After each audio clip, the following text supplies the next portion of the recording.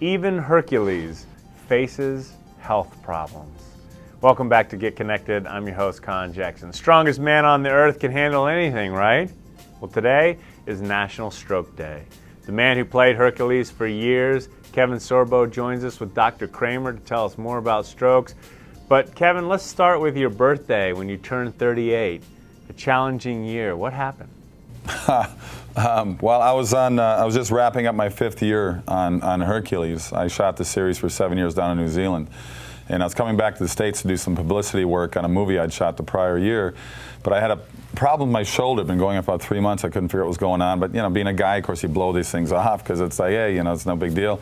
But I went to my doctor anyway to check it out because I started getting weird feelings in my hand, too. And he found a lump in my shoulder. That lump ended up being an aneurysm, which before they had a chance to do a biopsy on it, it had opened up and sent hundreds of clots down into my arm, but 3 of those clots unfortunately went into my brain, 2 into my balance center, 1 went to my vision, and I suffered 3 strokes. And it was a nice, fun battle for the next 3 years to feel like a normal human being again, but it was tough. I don't recommend them.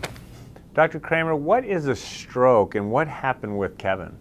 A stroke is when the brain cells don't get the oxygen that they need. And most of the time it's caused one of the pipes bringing blood in gets blocked. Sometimes it's because the pipe cracks open. And anything that blocks up the pipe is going to cause problems with the nerve cells doing their thing. And when nerve cells don't work, that produces stroke symptoms. Lots of things can cause the blood flow to have problems. In Kevin's case, it seems as if pieces of clot were flying off from this shoulder problem. But they can come from the heart, or the clots can come from the arteries, or the arteries in the brain. I do want to mention one way to recognize stroke that's important for people to be aware of. It's FAST, F-A-S-T. The F stands for facial weakness, the A stands for arm weakness, the S stands for speech problems, and T is time to call 911. And that's something that people can hold on to in terms of recognizing stroke and knowing what to do when it happens.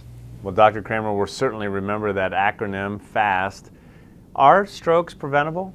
Strokes are largely preventable, they're largely treatable, and they're largely beatable. To prevent a stroke, one would treat the kinds of risk factors that we know are part of the stroke process. So if somebody has high blood pressure, if they get their blood pressure under control, they really are taking the odds down of something happening.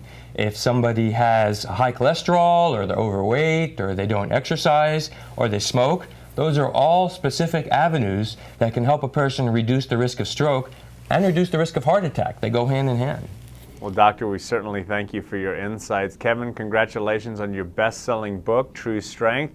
When you look in that book, what can you share with us about facing a challenge? Don't let other people set your limitations. Don't set your own limitations. You can have the recovery. You just have to have the right mindset to do it. My wife actually gave me a mantra. Every day I looked in the mirror when I woke up, and I would say, I'm getting better, I'm getting stronger. I'm getting better, I'm getting stronger. I would repeat that to myself every single day, and I believed it. When I first had my strokes, I couldn't go from my bed to the bathroom. That would be a triumph if I could even do that. Then I worked up to walking a block and coming back, then 2 blocks and 3 blocks. Every step you take, every single thing that you do that you haven't done before, that you've been trying to do, is a victory in itself. And you have to remember that. You have to remember that you're not going to get better like that. It's slow, it's difficult, it's frustrating, you're going to get angry, you're going to blame other people. Trust me, don't do that. It's a waste of time. You know, there's nobody to blame. It happened to you. And you have to look at this, as one doctor told me, and I wanted to hit him the first time I heard it. He said, look at it as a gift. It took me a long time to figure that out, but it was a gift to me. It made me a better person, made me a better man, better husband, a better father. It made me a lot more patient in my life, and realized that there are a lot more important things in life than worrying about my next line in a movie or something. It's amazing that you can see such positive in a negative situation, but you're a great example of that, Kevin.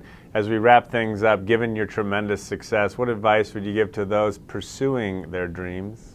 Well, you don't give up. When I moved to LA from my little town of Mound, Minnesota, I didn't know a soul out here. So I like to say I'm a 13-year overnight success. Do you know what it comes down to? You're going to have a lot of failures in your life too, and you use those failures as a positive, not a negative. Every successful person I know, I used to caddy at this country club, and these guys were all very wealthy. They all had the same story. They told me they failed, they failed, they failed. Don't let failures hold you back. As FDR said, the only thing we have to fear is fear itself. Kevin, great advice. Thanks for being an inspiration. Doctor, thanks for joining us and alerting us to the FAST And gentlemen, all the best. Thank you.